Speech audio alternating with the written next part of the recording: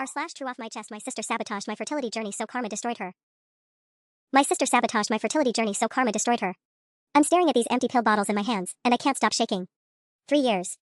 3 fucking years of shots, procedures, disappointment, and hope crushed over and over again. And my own sister, my own flesh and blood, has been sabotaging me this entire time.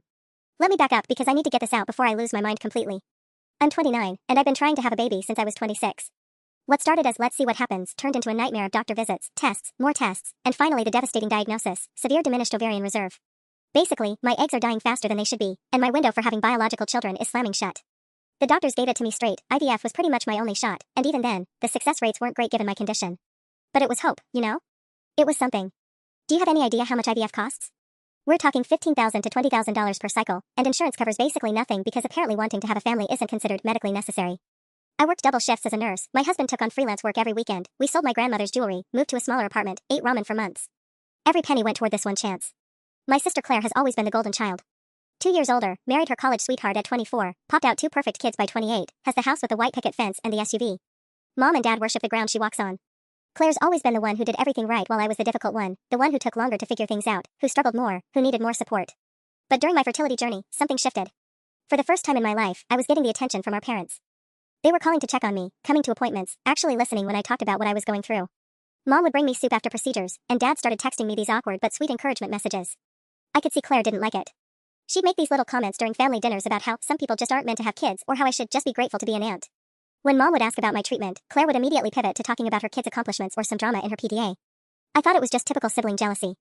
I thought she was just being her usual self-centered self. I never, not in a million years, thought she would do what she did. 2 weeks ago, my first IVF cycle failed. Completely failed. The medications didn't work the way they should have. My body barely responded to the stimulation drugs. The doctors were baffled because my hormone levels suggested the medications weren't working at full strength. They kept increasing dosages, running more tests, trying to figure out why my body wasn't responding. I was devastated. That was potentially my one shot, and it was gone. $20,000 down the drain, and worse, time I didn't have to spare. But then yesterday, Claire's 4-year-old daughter Emma was playing at our parents' house when I was there crying over the failed cycle. Emma comes running up to me with this big innocent smile and says, "Aunt Sarah, why are you sad? Mommy said she was helping you not have babies because you'd be a bad mommy like Daddy says she is." The room went dead silent. And that's when my perfect sister's world started crumbling down around her. The silence that followed Emma's innocent words felt like a physical weight pressing down on the room. My mother's face went white, Dad dropped his coffee mug, and Claire looked like she'd seen a ghost. "Emma, sweetie, what did you say?" I managed to choke out, my voice barely above a whisper. Emma, oblivious to the bomb she'd just dropped, bounced on her toes. "Mommy has your medicine bottles." She showed me how she puts the white powder in them instead of your real medicine. She said it was like baking, but it was our secret game to help you. I felt like I was going to vomit. The room started spinning, and I gripped the back of Mom's chair so hard my knuckles went white. "Claire." I turned to face my sister, who looked like she wanted to disappear into the floor. "Tell me she's making this up. Tell me right now that Emma is confused." Claire's mouth opened and closed like a fish gasping for air. "Sarah, it's not, you don't understand. Tell me she's lying." I screamed so loud that Emma started crying and ran to hide behind Grandpa's legs. That's when Claire broke. Her perfect composure, her golden child facade, everything cracked. "You were getting all the attention," she exploded. "For 3 years, everything has been about poor Sarah and her fertility problems. Mom and Dad act like you're the only daughter they have. Do you know what it's like to watch your parents care more about your hypothetical children than their actual grandchildren?" The confession hit me like a physical blow. I actually staggered backward. You destroyed my medications. You destroyed my one chance. It wasn't supposed to be permanent." Claire was crying now, mascara streaming down her cheeks. "I thought if the first cycle failed, you'd get another chance, and maybe Mom and Dad would remember they have other family members who need support too." Dad found his voice first. "Claire Elizabeth Morrison, what the hell have you done? And what did Emma mean about Daddy saying I'd be a bad mommy like you are?" The words tumbled out of my mouth before I could stop them. Because even in my devastation, I caught that detail. Emma's innocent revelation had layers. Claire's face went from red to ashen in seconds. She didn't, that's not. "Oh my God." Mom whispered, pieces clicking together. "Claire, what else is going on?" That's when my phone buzzed. A text from my neighbor Jessica, *K, saw Claire's husband loading suitcases into some blonde woman's car at your sister's place. "Everything okay?" *. I held up my phone, showing Claire the text. Her face crumpled completely. "He's leaving you, isn't he?" I said quietly. That's what Emma heard him say. "That's why you've been so desperate for attention. Your perfect marriage is falling apart. Sarah, please." "How long?" I pressed. "How long has he been cheating? How long have you been taking your failing marriage out on my fertility treatments?" Claire collapsed into Dad's recliner, sobbing. 6 months. He's been with his secretary for 6 months. He said I was a terrible wife, a terrible mother. He said you'd probably be a terrible mother too because it runs in the family." The room felt like it was closing in on me. My sister had sabotaged my fertility treatments, possibly my only chance at having biological children, because her cheating husband was destroying her self-esteem and she couldn't handle our parents caring about my struggles. "Where are my real medications, Claire?" My voice was deadly calm now. She looked up at me with swollen, terrified eyes. In my bathroom cabinet. I kept them in case she found out. But I was already reaching for my phone, and I wasn't calling to check on medications. I was calling everyone. I dialed my cousin Rachel first. She's the family gossip hub, tell Rachel something, and the entire extended family knows within hours. But this time, I wanted them to know. Rachel, I need you to call everyone. Uncle Mark, Aunt Linda, Grandma Betty, everyone. Tell them to get on the family group chat right now because Claire has something she needs to confess about what she did to my IVF medications. Sarah, what are you talking about? Just do it. Now. I hung up and immediately called my husband Mike at work. Babe, you need to come to Mom and Dad's house right now. Bring a recording app. Claire sabotaged my fertility meds, and I need witnesses for everything that happens next. What the fuck do you mean she sabotaged? I'll explain when you get here. How fast can you leave work? I'm already walking to my car. By the time I hung up, my phone was buzzing constantly. The family group chat was exploding with confused messages. What's going on? Is everyone okay? Sarah, what happened? Claire was still sobbing in Dad's chair. Sarah, please, you don't understand the pressure I've been under. David's been telling me I'm worthless for months. He said the only reason you were getting so much attention is because you were playing victim. Stop. I held up my hand. Stop talking. You don't get to blame your cheating husband for what you did to me. Mom was sitting on the couch looking like she'd aged 10 years in 10 minutes. Claire, how could you do this to your sister? How could you do this to our family? Because none of you cared about my family falling apart. Claire screamed back. My husband is leaving me, my kids are asking why Daddy doesn't live here anymore, I'm about to lose my house, and all anyone talks about is Sarah's shots and doctor appointments. Dad slammed his hand on the coffee table, making everyone jump. So you decided to destroy your sister's chance at having children? What kind of monster does that make you? My phone rang. It was Aunt Linda calling for a video chat on the family group. I could see Uncle Mark, Grandma Betty, and my cousin Tom all crowded around their phones. Within seconds, we had half the family connected. Sarah, honey, what's this about Claire and your medications? Grandma Betty's worried face filled part of my screen. I turned the phone toward Claire, who looked absolutely mortified. Claire has something she needs to tell everyone. About why my IVF cycle failed 2 weeks ago. Sarah, no, please. Tell them, Claire. Tell them what you did with my fertility medications. The silence on the video chat was deafening. I could see the confusion and growing alarm on everyone's faces as Claire continued to sob without speaking. Fine. I'll tell them. I turned back to the phone. Claire has been replacing my IVF medications with sugar pills for months because she was jealous of the attention I was getting from Mom and Dad during my fertility treatments. The explosion of voices from the video chat was immediate and overwhelming. Everyone was talking at once, shouting, demanding explanations, expressing shock and horror. That's not all, I continued, my voice cutting through the chaos. Her marriage to David has been falling apart because he's been cheating on her for 6 months. She took out her anger about that on my fertility journey. Uncle Mark's voice boomed through the speaker. Claire, is this true? Claire looked up at the phone screen, seeing the faces of our entire extended family staring at her in shock and disappointment. More family members had joined the chat. Word was spreading fast. That's when I heard Mike's car pulling into the driveway. The cavalry was arriving, and Claire's nightmare was just getting started. Mike burst through the front door like a man possessed, still in his work clothes with his phone already recording. Behind him was someone I didn't expect, David, Claire's husband, carrying a duffel bag and looking like he'd rather be anywhere else on earth. What the hell is he doing here? Claire shrieked, jumping up from Dad's chair. I called him, Mike said grimly. Figured he should hear what his wife's been up to before he finishes moving out. David dropped his bag by the door, his face a mixture of guilt and confusion. Mike said something about medications? What's going on, Claire? The family video chat was still going, and I could see more relatives joining by the minute. Cousin Rachel had clearly done her job. David, meet your extended in-laws, I said, turning my phone toward him. Claire was just explaining how she sabotaged my fertility treatments. She did what? David's face went pale. Oh, now you care about what I do? Claire spun toward her husband. Where was this concern when you were screwing Jennifer every night after work? Grandma Betty's voice cracked through the phone speaker. Language, Claire. Emma is right there. I looked around and realized Emma and her little brother were still in the room, wide-eyed and scared by all the shouting. Mom, can you take the kids to the kitchen? No, David said firmly, stepping forward. Emma, buddy, come here. He knelt down as his daughter ran to him. What did you tell Aunt Sarah earlier? About the medicine bottles? Emma looked uncertainly between her parents. Are you and Mommy going to yell at each other again? No, sweetheart. Just tell me about Mommy's baking game. We put the white powder in Aunt Sarah's bottles. Mommy said it was pretend medicine to help Aunt Sarah not be sad anymore. Emma looked proud of herself. We did it lots of times. The silence that followed was deafening. Even the family chat had gone quiet. David slowly stood up, his face cycling through emotions I couldn't even identify. Claire. Jesus Christ. Do you realize what you've done? Don't you dare judge me. Claire's voice was getting higher, more desperate. You destroyed our marriage. You told me I was a terrible mother. You said. I said a lot of things I shouldn't have, but I never sabotaged someone's medical treatment. David ran his hands through his hair. This is criminal, Claire. This is actually criminal. Mike stepped forward, phone still recording.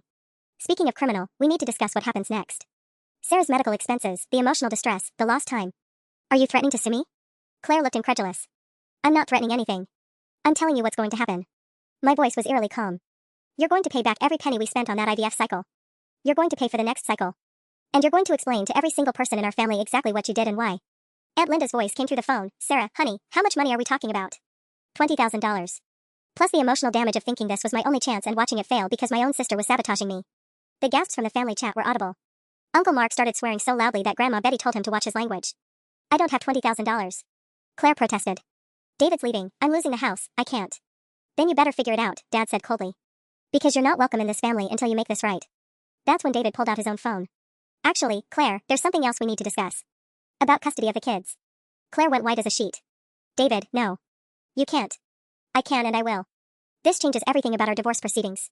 And that's when I realized Claire's nightmare was about to get so much worse. David's phone call wasn't to a lawyer like I expected. It was to Claire's mother-in-law, Patricia, a woman who'd never liked Claire and had been looking for ammunition in their custody battle. Patricia, it's David. You need to hear this. He put the phone on speaker without asking Claire's permission. Tell her what you just told us about Emma, Claire. David, please, don't involve your mother. Tell her how you used our 4-year-old daughter to help you tamper with medical treatments. Patricia's voice came through crisp and authoritative. She'd been a family court judge before retiring. What exactly are we talking about here, David? I watched Claire's face crumble as she realized what was happening. Mrs. Morrison, I said, stepping closer to the phone. This is Sarah, Claire's sister. Claire has been systematically replacing my fertility medications with sugar pills over the past several months. She involved Emma in the process, telling her it was a baking game. The silence from Patricia was somehow more terrifying than shouting would have been. She used my granddaughter as an accessory to sabotage medical treatment, Patricia finally said, her voice deadly quiet. David, are you recording this conversation? Yes, ma'am. Good. Claire, I assume you're listening. You've just handed me everything I need to ensure David gets full custody. Using a child to commit what amounts to medical fraud demonstrates such poor judgment that no court will. She's not your granddaughter anymore. Claire screamed at the phone. You're all acting like I'm some kind of monster when I'm the victim here. My husband cheated on me. My family ignored me for 3 years. The family video chat exploded again. Cousin Rachel's voice cut through. Claire, did you just say Emma isn't David's mother's granddaughter anymore? That's not what I meant. It's exactly what you meant, David said coldly. And Patricia, there's more. Tell her about the financial situation, Claire. Claire looked trapped. What financial situation? The credit cards you maxed out. The money you took from the kids' college funds. The lies about where our savings went. David's voice was getting louder. I found the statements, Claire. $40,000 in debt that you hid from me. My jaw dropped. 40,000? Claire, where did that money go? I was trying to keep up appearances. The PTA events, the kids' activities, the house. Claire was backing toward the wall like a cornered animal.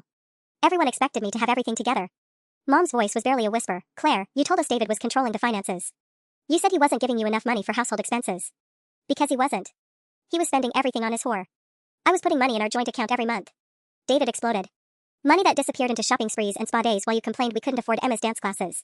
Patricia's voice cut through the argument. David, I'm calling my friend Judge Martinez right now. This woman has involved my granddaughter in criminal activity while financially decimating your household. We're filing for an emergency custody hearing. No. Claire lunged toward the phone. You can't take my children. They're all I have left. You should have thought about that before you used Emma to destroy someone's medical treatment, Patricia replied icily. That's when my phone started buzzing with individual calls from family members who were leaving the group chat to call me directly. Aunt Linda, Uncle Mark, Grandma Betty, they all wanted details Claire couldn't hear. But it was the text from my cousin Jessica that made my blood run cold. Asterisk Sarah, I've been thinking about this all day. Remember Claire house sitting for you last month when you went to that conference? She had access to everything then. You might want to check if she did anything else asterisk. I looked up at Claire, who was still arguing with David and Patricia about custody, and felt a new wave of horror wash over me. Claire, I said quietly, cutting through the chaos. What else did you do when you were house sitting for us last month? The look of pure panic that flashed across her face told me everything I needed to know. This nightmare was far from over. The panic in Claire's eyes when I mentioned the house sitting told me everything. My hand started shaking again as I remembered that week, the fertility conference in Chicago that Mike and I had attended, leaving Claire with full access to our apartment. What did you do in our home, Claire? My voice was deadly quiet. She glanced around the room like a trapped animal. The family video chat had gone silent, everyone waiting. David had stepped closer, Patricia still on speaker, and Mike was recording everything. I didn't. I just fed your cat and watered the plants like you asked. Bullshit. I pulled out my phone and started scrolling through photos. Mike, remember how I thought it was weird that my medication schedule was off when we got back? How the injection sites on my stomach were more tender than usual? Mike's face went white. Sarah, are you saying she?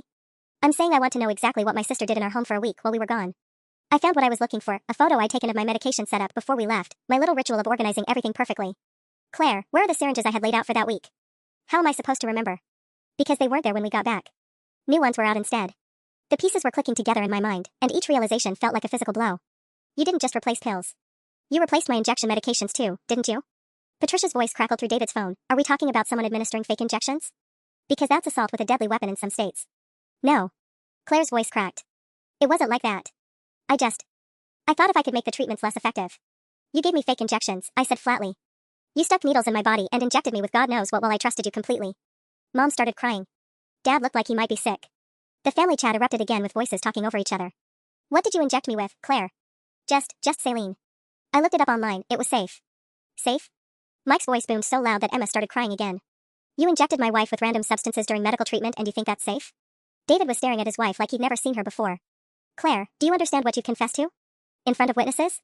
While being recorded? That's when my phone rang. Dr. Martinez, my fertility specialist. I have to take this, I said, stepping toward the kitchen. But I put it on speaker, I wanted everyone to hear. Sarah, I've been reviewing your case files after our conversation yesterday about the failed cycle.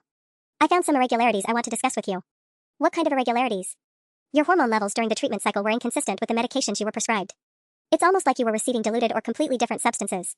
Have you had anyone else handle your medications? Anyone with access who might have? Yes, I interrupted, looking directly at Claire. My sister had access to all my medications for the past 6 months. The silence on Dr. Martinez's end was telling.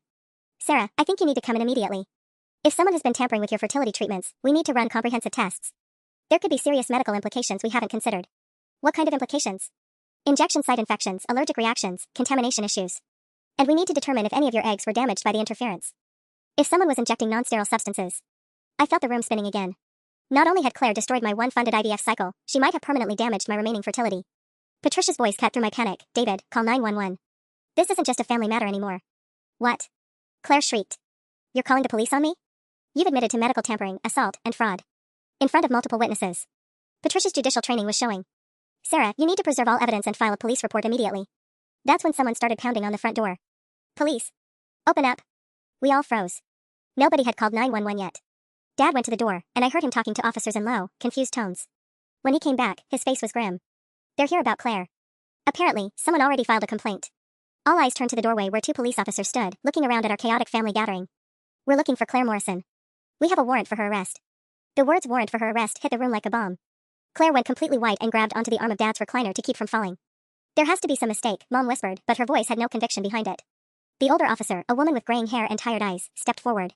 Are you Claire Morrison? Claire nodded mutely, looking like she might throw up. You're under arrest for medical fraud and assault. You have the right to remain silent. Wait. David stepped forward, looking genuinely confused. Officers, how did you even know to come here? We just found out about this ourselves. The second officer, a younger man, consulted his notes. We received a complaint this morning from a Dr. Rebecca Chen at St. Mary's Hospital. She reported suspected medical tampering involving fertility treatments. My blood went cold. Dr. Chen was my friend from nursing school. She worked in the pharmacy that filled my specialty medications. Rebecca called you? I asked. Ma'am, Dr. Chen reported that Claire Morrison had been picking up medications prescribed to you for the past 4 months, claiming to be helping with your treatment. When she reviewed the pickup logs after hearing about your failed cycle, she noticed irregularities. Claire's face somehow got even whiter. I was just helping Sarah with pickups when she was working double shifts. According to Dr. Chen, you specifically requested information about medication composition and asked detailed questions about what would happen if doses were altered or substituted. The officer's voice was matter of fact, but the implications were devastating. She became suspicious and pulled security footage. Mike stepped forward, his phone still recording. What did the security footage show? Ma'am, we can't discuss ongoing investigation details, but I can tell you that Dr. Chen provided evidence of someone purchasing substances that could be used to replace prescribed medications. The family video chat had gone completely silent. I could see Grandma Betty's shocked face, Uncle Mark shaking his head in disbelief. Patricia's voice crackled through David's phone. Officers, are there additional charges being considered? This woman involved a 4-year-old child in these activities. The female officer looked around the room, taking in the family gathering, the phones, the obvious chaos. We're aware this is a complex family situation. Right now, we're executing the warrant for medical fraud. Other charges may follow pending investigation. Mommy? Emma's small voice cut through everything. She'd been hiding behind Grandpa's legs, but now she stepped forward, looking confused and scared. Are the police here because of our baking game? The silence that followed was deafening. The younger officer knelt down to Emma's level. Sweetheart, can you tell me about this baking game? David quickly stepped forward. Officers, I'm her father. I consent to you speaking with her, but I want to be present. As Emma innocently described months of helping Mommy with Aunt Sarah's medicine bottles, putting the white powder in like flour, and how Mommy said it was our special secret, I watched my sister's life completely unravel. But the worst part was yet to come. The female officer looked up from her notes and made eye contact with me. Ma'am, I need to ask, are you aware that your sister has been accessing your medical records illegally? Dr. Chen's investigation uncovered evidence that someone used fraudulent credentials to obtain detailed information about your treatment protocols. My knees almost gave out. What do you mean fraudulent credentials? Someone has been impersonating medical personnel to access your private health information. The investigation is ongoing, but the evidence points to identity theft as well. Claire finally found her voice. I just wanted to understand what she was going through. I wasn't trying to. Ma'am, you need to stop talking, the officer said firmly, continuing to read Claire her rights. As they led my sister away in handcuffs, past our entire extended family watching through phones, past her sobbing children, past the wreckage of everything she'd destroyed, I realized this was just the beginning. Because if Claire had been accessing my medical records illegally, what else had she been doing? After the police car disappeared down the street with Claire inside, the house felt like a crime scene. Emma and her little brother were crying, David was frantically calling his lawyer, and my parents looked like they'd aged a decade in the span of an hour. But I couldn't stop thinking about what the officer had said. Identity theft, fraudulent credentials. Mike, I said quietly, pulling him aside while the family chaos continued around us. We need to go home. Right now. Sarah, maybe we should stay and help with the kids. No. You don't understand. My hands were shaking again. If Claire's been using fraudulent credentials to access my medical records, she might have accessed other things too. Banking, credit reports, insurance. The realization hit Mike's face like a physical blow. Jesus Christ. You think she's been using your identity for more than just medical tampering? Before I could answer, my phone rang. Unknown number. Hello? Is this Sarah Mitchell? This is Detective Rodriguez with the Financial Crimes Unit. We need to speak with you immediately about fraudulent activity on your accounts. My stomach dropped. What fraudulent activity?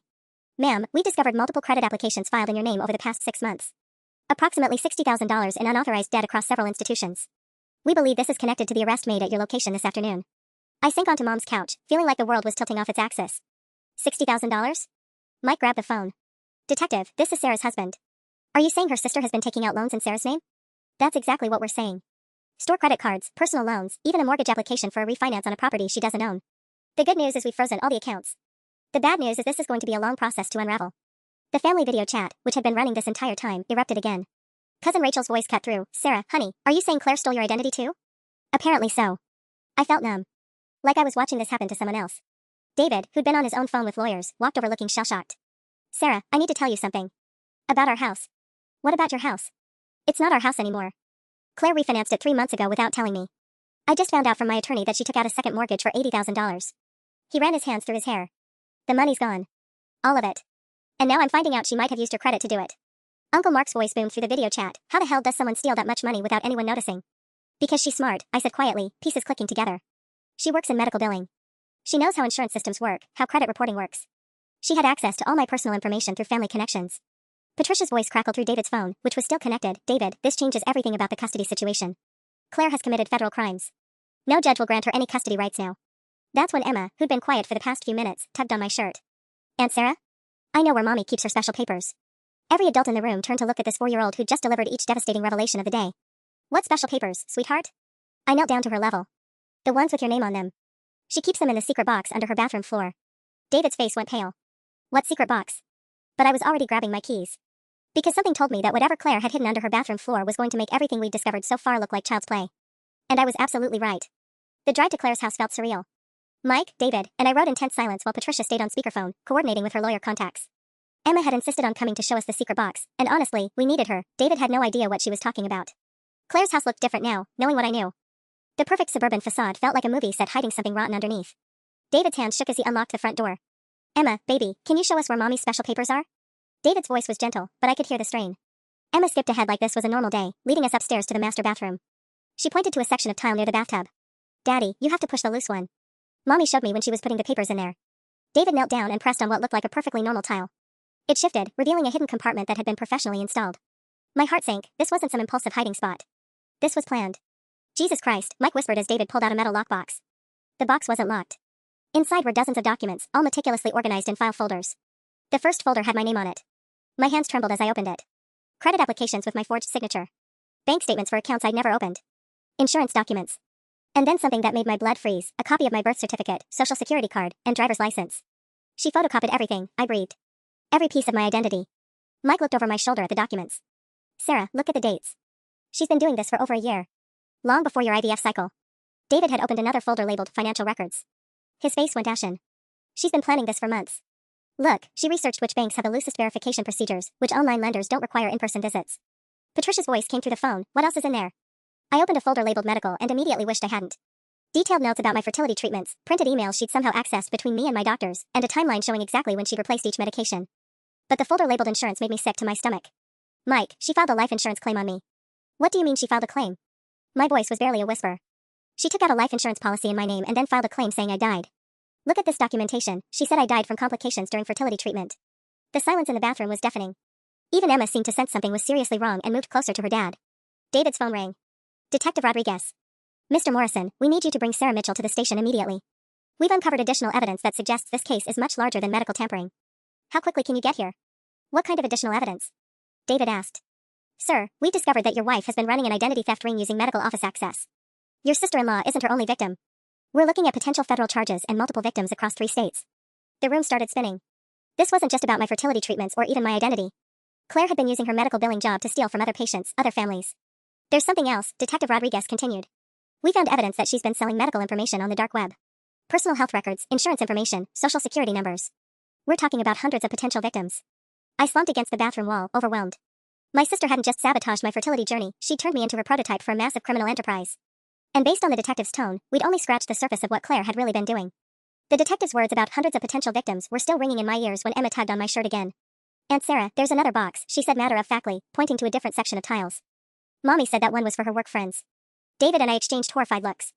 There was another hidden compartment. This second box was larger and contained files organized by what looked like patient names, none of which I recognized. Each folder contained the same setup, copied identification documents, medical records, and detailed financial information. But these weren't random people. Mike, look at this, I whispered, holding up a file. These are all fertility patients. Every single one. The folder in my hands belonged to someone named Jennifer Walsh. Inside were copies of her IVF treatment protocols, insurance information, and bank statements showing large medical expenses. At the bottom was a handwritten note in Claire's writing, asterisk third cycle failed, family sympathy peaks at 6 months. Maximum emotional manipulation window. Asterisk. She's been studying us, Mike said, his voice hollow. Like we're lab rats. David opened another file and went white. Sarah, this woman lives 2 towns over. And according to these notes, Claire has been befriending her. Look at these text message screenshots. I looked over his shoulder at printed conversations where Claire was offering support and advice to this Jennifer person about her fertility struggles. The texts were full of sympathy and understanding, and requests for detailed information about medications, doctor visits, and family dynamics. Patricia's voice crackled through the phone. How many files are there? 12, David counted grimly. 12 other women. But it was the file at the bottom that made my stomach drop completely. The label read, future targets, and contained printed social media profiles, medical office employee directories, and what looked like a business plan. Jesus Christ, Mike breathed, reading over my shoulder. She was planning to expand. Look at this, she was researching medical billing positions in other states, mapping out territories. The business plan was meticulous and terrifying. Claire had documented which types of fertility patients were most vulnerable, which family dynamics provided the best opportunities for long-term manipulation, and which geographic areas had the loosest medical privacy protections. At the top of one page, she'd written, asterisk target profile, isolated patients with wealthy families, 3+ years of treatment, strong family support systems to exploit. Optimal intervention timing, 6 to 12 months before final treatment attempts. Asterisk. She turned human suffering into a profit model, I said, feeling sick. My phone buzzed with a text from an unknown number, asterisk Sarah, this is Jennifer Walsh. The police gave me your number. I think your sister has been doing to me what she did to you. We need to talk. Asterisk. Before I could process that, another text came in from a different number, asterisk is this Sarah Mitchell? My name is Amanda Cooper. Detective Rodriguez said you might be able to help me understand what Claire Morrison did to my family. Asterisk. Then another, asterisk Sarah, this is Rebecca Kim. I think Claire Morrison stole my identity after befriending me during my IVF treatments. Asterisk. My phone was lighting up with messages from women I'd never met, all victims of my sister's systematic predation of vulnerable fertility patients. David, how many people did she give my number to? I asked, but he was staring at his own phone in horror. It's not just fertility patients, he said quietly. Look at this text I just got, asterisk Mr. Morrison, this is Detective Chen with the cybercrime unit. We need to discuss your wife's activities involving elderly patients and insurance fraud. How soon can you come in? Asterisk. Patricia's voice cut through our shock. David, get everyone out of that house immediately. If the cybercrime unit is involved, they'll be serving additional search warrants soon. And Sarah, don't respond to any of those texts until you have legal representation. As we gathered the evidence boxes and headed for the door, Emma looked up at me with innocent eyes and said, Aunt Sarah, are you going to tell the other mommies about our baking games too? That's when I realized this nightmare had only just begun. The meeting at the police station the next morning felt like walking into a nightmare I couldn't wake up from. Detective Rodriguez had arranged for all of Claire's victims to meet together, what he called a coordination session but what felt more like a support group for the systematically destroyed. 12 women sat around a conference table, all with the same hollow look in their eyes that I'd been seeing in my own mirror. Jennifer Walsh, the first woman whose file we'd found, sat directly across from me. She looked exactly like me, same age, same desperate exhaustion, same wedding ring twisted thin from nervous fidgeting. She told me her sister was going through fertility treatments too, Jennifer said quietly, staring at her hands. Said she understood what I was going through because she'd watched you struggle for years. Amanda Cooper, a petite blonde who looked like she hadn't slept in weeks, nodded. She approached me at the fertility clinic waiting room. Said she'd seen me there before and wanted to offer support. I thought it was so sweet that someone understood. She offered to help with my medication pickups when I was on bed rest, added Rebecca Kim, her voice barely above a whisper. Said she'd done it for her sister and knew how overwhelming the protocols could be. Detective Rodriguez stood at the front of the room with a whiteboard covered in photos, timelines, and connecting lines that looked like a serial killer investigation. Ladies, what we're looking at is unprecedented. Mrs. Morrison didn't just target random victims, she created a systematic approach to identify vulnerable fertility patients and exploit them during their most desperate moments. He pointed to a timeline that made my stomach churn. She's been refining her methods for over 2 years. Sarah, you weren't her first victim, you were her testing ground for perfecting the approach she used on everyone else. The woman next to me, Linda Martinez, raised her hand shakily. Detective, what about our medical records? She had access to everything, test results, diagnoses, insurance information. That's where this gets worse, Rodriguez said grimly. Mrs. Morrison was selling comprehensive medical profiles on dark web marketplaces. Fertility patients were particularly valuable because the records include genetic information, family medical histories, and detailed financial data about people willing to spend anything to have children. I felt like I was going to be sick. You're saying she was essentially auctioning off our most private information to criminals? Your medical profiles, including genetic markers and fertility status, were being sold to identity thieves, insurance scammers, and people running adoption frauds. Mrs. Morrison made approximately $400,000 over the past 18 months. Jennifer Walsh started crying. That's why my insurance suddenly denied coverage for my final IVF cycle. Someone had already filed claims under my name. And why my credit was destroyed right before we tried to get a second mortgage to pay for treatment, Amanda added, her voice breaking. But it was what Detective Rodriguez said next that made the room go completely silent. Ladies, there's something else. Mrs. Morrison wasn't working alone. He turned to a new section of the whiteboard that showed photographs of medical office employees from various fertility clinics across 3 states. We've identified a network of at least 6 medical billing specialists who were feeding patient information to Mrs. Morrison in exchange for a percentage of profits. This is an organized criminal enterprise that's been specifically targeting fertility patients because of the unique vulnerabilities in that patient population. My phone buzzed with a text from Mike. Sarah, you need to come home right now. There are federal agents at our apartment. I looked up at Detective Rodriguez, whose expression had just gotten much more serious. Mrs. Mitchell, I need you to stay calm. The FBI is now involved, and there's been a development in your sister's case that changes everything. The drive home from the police station felt like it took forever, even though Mike met me halfway and we raced back together in silence. Federal agents. The words kept echoing in my head as we pulled up to our apartment complex and saw 3 black SUVs parked outside. Agent Sarah Chin met us at the front door, a woman about my age with kind eyes but a grim expression that made my stomach drop immediately. Mrs. Mitchell, I'm Agent Chin with the FBI's White-Collar Crime Division. We need to discuss some developments in your sister's case that affect your safety. My safety? The words came out as barely a whisper. May we come inside? This conversation needs to happen privately. Our living room suddenly felt tiny with 4 federal agents filling it. Agent Chin sat across from us while her colleagues positioned themselves near the windows and door, a detail that definitely didn't escape my notice. Mrs. Mitchell, your sister has been cooperating since her arrest yesterday. She's provided information about the criminal network she was involved with, and frankly, some of what she's told us is extremely concerning. Mike grabbed my hand. What kind of concerning? The organization your sister was working with doesn't just steal identities for financial fraud. They've been specifically targeting fertility patients to identify women with genetic profiles that are valuable to illegal surrogacy operations overseas. The room started spinning. What do you mean valuable genetic profiles? Agent Chin pulled out a tablet and showed me what looked like a medical chart. Your fertility workups included comprehensive genetic screening, didn't they? Family history, genetic disease markers, inherited trait analysis? Yes, but that's standard for IVF. Mrs. Mitchell, your complete genetic profile was sold to a network that recruits surrogate mothers for wealthy international clients who want specific genetic characteristics in their children. The buyers weren't just identity thieves, they were people looking for women who could provide particular genetic advantages. I felt like I couldn't breathe. You're saying Claire sold my DNA information to people who wanted to find me?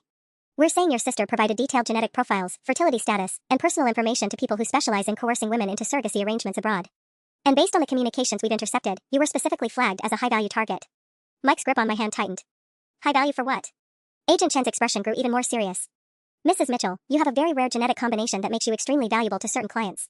Your fertility struggles actually made you more attractive to them because it suggested you might be desperate enough to consider unconventional arrangements. What kind of arrangements? But even as I asked, I was pretty sure I didn't want to know the answer. International surrogacy contracts that aren't legally binding. Women are typically approached with offers to help them afford their own fertility treatments in exchange for carrying children for wealthy clients. But once they're out of the country, she didn't need to finish that sentence. Mrs. Mitchell, we have reason to believe someone from this network may try to contact you directly. Your sister's arrest has disrupted their normal recruitment process, but it's also made you more visible to them. That's when my phone rang. Unknown international number. Agent Chen's hand shot out to stop me from answering it. Don't touch that phone. The ringing stopped, then immediately started again. Same unknown number. How many people have tried to call you today with numbers you don't recognize? Agent Chen asked urgently. I looked at my call log and felt my blood turn to ice. 15 missed calls from international numbers I'd ignored, thinking they were spam. Mrs. Mitchell, we need to get you somewhere safe. Right now. Agent Chen's words about getting me somewhere safe hit like a physical blow. I stared at my phone's call log, 15 missed calls from international numbers, and felt reality tilting sideways again. What do you mean somewhere safe? Mike's voice was tight with barely controlled panic. We have reason to believe this network moves quickly once they identify a priority target. Mrs. Mitchell, your genetic profile combined with your fertility status makes you extremely valuable to certain clients who pay premium prices for specific characteristics. Another agent by the window spoke up. Agent Chen, we have movement outside. 2 vehicles that weren't here when we arrived. My blood went cold. Are you saying they're already watching our apartment? Mrs. Mitchell, we need you to pack essential items only. We're relocating you to a safe house while we investigate the full scope of this network. Agent Chen's tone had shifted to pure business. How quickly can you be ready to leave? Leave for how long? I was struggling to process that my sister's sabotage of my fertility treatments had somehow connected me to international human trafficking. We don't know yet. This investigation is expanding by the hour. Mike stood up abruptly. This is insane. You're telling us that fertility patients are being targeted for surrogacy trafficking, and my wife is somehow at the top of their list. Mr. Mitchell, your wife's genetic screening showed markers for intelligence, physical health, and resistance to certain hereditary diseases. Combined with her demonstrated commitment to having children, evidenced by her willingness to undergo extensive fertility treatments, she represents exactly what these networks look for in premium surrogates. My phone buzzed with a text from an unknown number. Asterisk Sarah, we understand your sister caused problems with your treatments. We can help you afford the best fertility care in the world. Very discreet, very effective. Call us. Asterisk. Agent Chin grabbed my phone immediately. How did they get your number? Claire had access to everything. My phone, my contacts, my medical records. The full scope of my vulnerability was becoming clear. She probably gave them my complete contact information along with my genetic profile. Agent Chen, another agent called from the kitchen. We need to move now. There's a vehicle parked across the street with 2 occupants who've been photographing the building. The next few minutes became a blur of controlled chaos. Agents moving through our apartment, checking windows, coordinating over radios. Mike throwing random clothes into a bag while I stood frozen, trying to comprehend that my fertility journey had somehow made me a target for international criminals. Mrs. Mitchell, we need to go, Agent Chen said firmly, guiding me toward the door. We'll explain everything else once you're secure. As we headed toward the back exit of our building, my phone rang again. This time it was Detective Rodriguez. Sarah, don't go home. We just arrested 3 more people connected to your sister's network, and they had detailed surveillance photos of your apartment building. One of them had airline tickets to Eastern Europe and a fake passport with your photo on it. Agent Chen took the phone. Detective, this is Agent Chen, FBI. We're moving her now. Good, because there's something else. Claire wants to talk to Sarah. Says there are things about this network that she didn't tell us yesterday. Things that directly affect Sarah's safety. I grabbed the phone back. What kind of things? Sarah, your sister is terrified. She's saying she didn't understand what she was really involved in until after her arrest. She keeps asking if you're safe and insisting she needs to warn you about something specific. Agent Chen was already shaking her head. Absolutely not. No contact with Claire until we understand the full scope of this operation. But as we reached the back exit, I could see 2 men in a black sedan at the end of the alley, and I realized that whatever Claire needed to warn me about, we might already be too late. The black sedan at the end of the alley started moving the moment we appeared at the back exit. Agent Chen immediately pulled me back inside, speaking rapidly into her radio. We have active surveillance, possibly hostile. Need backup units at the rear exit immediately. My phone was buzzing constantly now, call after call from international numbers. Each ring felt like a countdown timer I didn't understand. Agent Chen, Mike said urgently, if they're watching both exits, how do we get out of here? Before she could answer, my phone rang with a number I recognized. Detective Rodriguez. Sarah, put me on speaker. This is urgent. Agent Chen nodded, and I hit speakerphone. We just got Claire to talk about what she calls the contract situation. Sarah, these people don't just want to recruit you for surrogacy. According to your sister, you've already been sold. The words hit me like ice water. What do you mean sold? Claire provided so much detailed information about you that someone paid a deposit for exclusive access. She's saying there's a timeline they have to meet, and your fertility window is part of the contract terms. Agent Chen's face had gone pale. Detective, what kind of timeline are we talking about? According to Claire, fertility patients are most valuable during active treatment cycles. Sarah, when is your next ovulation window? The question felt surreal. Next week. Why does that matter? Because Claire says that's when they plan to approach you. Something about optimal timing for their clients. Detective Rodriguez's voice was grim. But here's the worst part, she gave them detailed information about your daily routines, your work schedule, even your therapy appointments. I felt like the walls were closing in. My sister hadn't just sabotaged my fertility treatments and sold my identity, she'd essentially created a manual for kidnapping me. There's more, Detective Rodriguez continued. The network has been monitoring other women from the fertility clinic. Jennifer Walsh was approached yesterday. Someone claiming to be from a revolutionary fertility program overseas offered to pay for her treatments in exchange for participating in their research. Agent Chen grabbed the phone. Detective, did Walsh accept the offer? She almost did. They offered her $250,000 and guaranteed pregnancy within 6 months. The only catch was she'd have to travel to a private clinic in Moldova for the treatment. My legs felt weak. How many other women have they approached? As of this morning, at least 6 from your clinic alone. And Sarah, they're not just targeting random patients. They're specifically going after women whose treatments failed recently, women who are desperate enough to consider anything. Agent Chen was already coordinating with her team, but I could hear the tension in her voice. We need to move now. If they're accelerating their timeline because of the arrests. That's when the building's fire alarm started blaring. That's not a drill, one of the agents by the window called out. I can see smoke in the stairwell. Agent Chen spoke rapidly into her radio, possible forced evacuation scenario. They're trying to flush us out. My phone rang again. This time the caller ID showed Claire's number from the county jail. Sarah. Claire's voice was panicked, crackling through the speaker. Don't leave the building. It's a trap. They're waiting for you outside. Claire, what do you mean it's a trap? I didn't tell the police everything yesterday. There are more people involved than I knew about. People who work for the city, people who can trigger emergency responses. Claire was sobbing now. Sarah, I'm so sorry. I didn't know it would go this far. I thought it was just identity theft. The fire alarm was getting louder, and I could hear other residents starting to evacuate from upper floors. Agent Chen looked at her team grimly. We can't stay here with a real fire, but we can't risk the evacuation either. That's when my phone buzzed with a text that made my blood freeze. Asterisk Sarah, we're in the lobby with the fire department. Come down now and no one else gets hurt. You have 3 minutes. Asterisk. Through the chaos of alarms and radio chatter, I realized these people had just turned my entire apartment building into a trap, and everyone I cared about was caught inside it with me. The text threatening other residents if I didn't come down made the decision for me. I couldn't let innocent neighbors get hurt because of what Claire had done. I'm going down there, I said firmly. Absolutely not, Agent Chen replied, but I was already moving toward the stairwell. They said 3 minutes. If I don't show up, they'll hurt other people. I won't have that on my conscience too. Mike grabbed my arm. Sarah, this is insane. Agent Chen, I interrupted. How many backup units do you have outside? She spoke into her radio, then looked up grimly. 12 agents, plus local police coordinating with fire department. I pulled out my phone and called Detective Rodriguez back. Get Claire on a three-way call with us right now. I need to know exactly how many people from this network are in my building.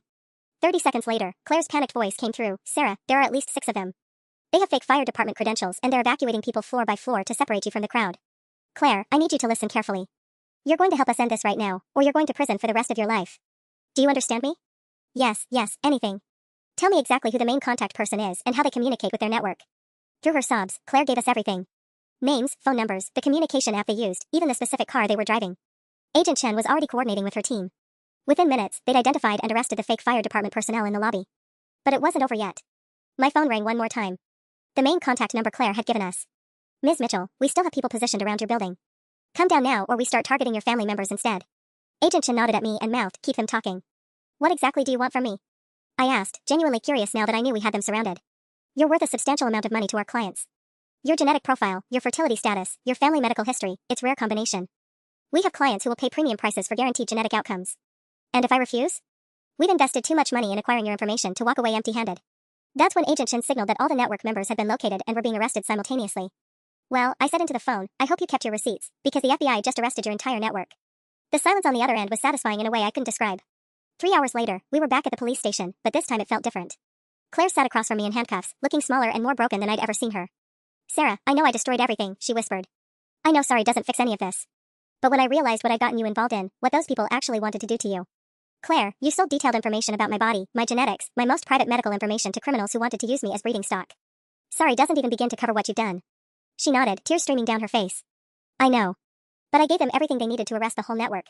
Every contact, every transaction, every other victim I knew about. Detective Rodriguez looked up from his paperwork. Claire's cooperation led to the arrest of 43 people across 6 states and 3 countries.